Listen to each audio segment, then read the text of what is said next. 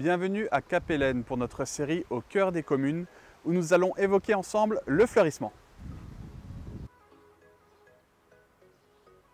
Je suis Renaud Galtier, je suis agent des services techniques. Ce fleurissement particulièrement, c'est le 15e que je fais cette année.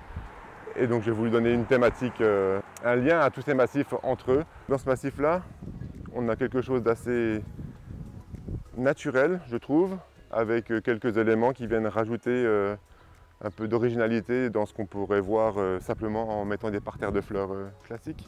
Le thème du massif en général, il est aussi assez coloré au niveau des teintes rouges, feu, jaune, orangé, afin d'avoir un lien dans cet esprit de soleil, de chaleur que j'ai voulu recréer ici. J'ai récupéré pas mal de pièces, de mécanismes qui m'ont permis de recréer ces tournesols, ces différentes fleurs, mais le tournesol particulièrement, qui est aussi la fleur symbole du soleil, ici dans le thème du feu et de la chaleur. Ici on se trouve rue du Moulin, et c'est ici que j'ai mis en place cette création qui pour moi symbolise l'eau. Chaque partie ici est partie intégrante de la herse. Pour former ce mouvement d'eau, on a une floraison qui est assez pastel, bleue, toujours dans le thème de l'eau, avec les streptocarpus ou alors les quelques hippomées qui poussent, qui vont grimper pour envahir la structure, pour la faire évoluer au fil de la saison. On a aussi une démarche de transition écologique et puis vraiment un côté environnemental où c'est qu'on essaye de faire de plus en plus attention.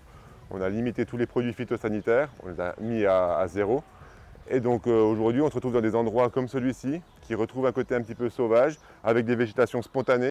On se trouve à une des 3 entrées du village, où il y a cette œuvre qui me tient particulièrement à cœur, parce que c'est une des premières que j'ai réalisées, et symbolise donc l'arbre de vie, la terre, pour revenir dans les thèmes du fleurissement cette année.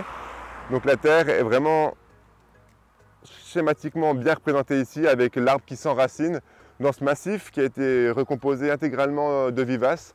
Donc là, c'est un massif qui est perpétuel tout au long de l'année ici. Donc on retrouve pas mal de petites plantes grasses et puis de stipa, les graminées que j'adore, j'apprécie devant là. Elles sont très aériennes, très légères.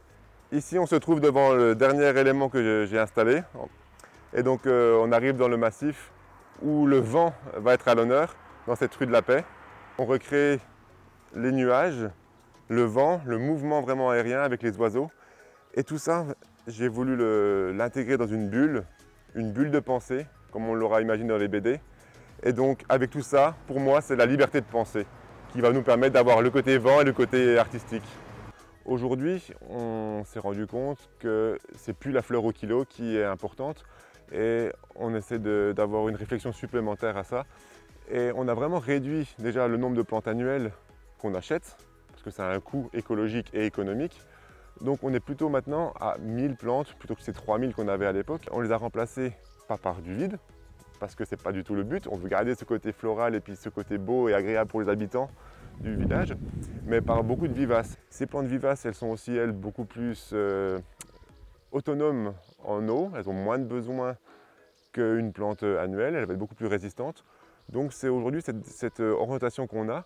Et de par la transition écologique que le conseil municipal a mis en place, c'est vraiment ce mouvement que tout le monde a envie de prendre et qu'on essaie d'entreprendre au mieux avec notre vision des choses. Nous, notre label à la commune, on a 2 fleurs, cela depuis plus d'une dizaine d'années, même plusieurs dizaines d'années même. Et donc c'est quelque chose qui est un peu ancré au village, c'est vrai. Les habitants, ils sont aussi vraiment un engouement à cela. Il y a beaucoup de particuliers qui s'adonnent à bien entretenir leur jardin et puis à bien fleurir les espaces qui sont autour de chez eux et pas seulement chez eux. Et donc c'est vrai qu'ils sont aussi sensibles à ce que nous, on va faire au sein de la commune. Aujourd'hui, je pense que continuer dans cette voie-là, en ayant toujours l'envie de faire mieux, l'envie de faire différemment surtout. Et un jour, pourquoi pas viser une 3e fleur, soyons même fous, parce que c'est quelque chose qui pourrait être la cerise sur le gâteau.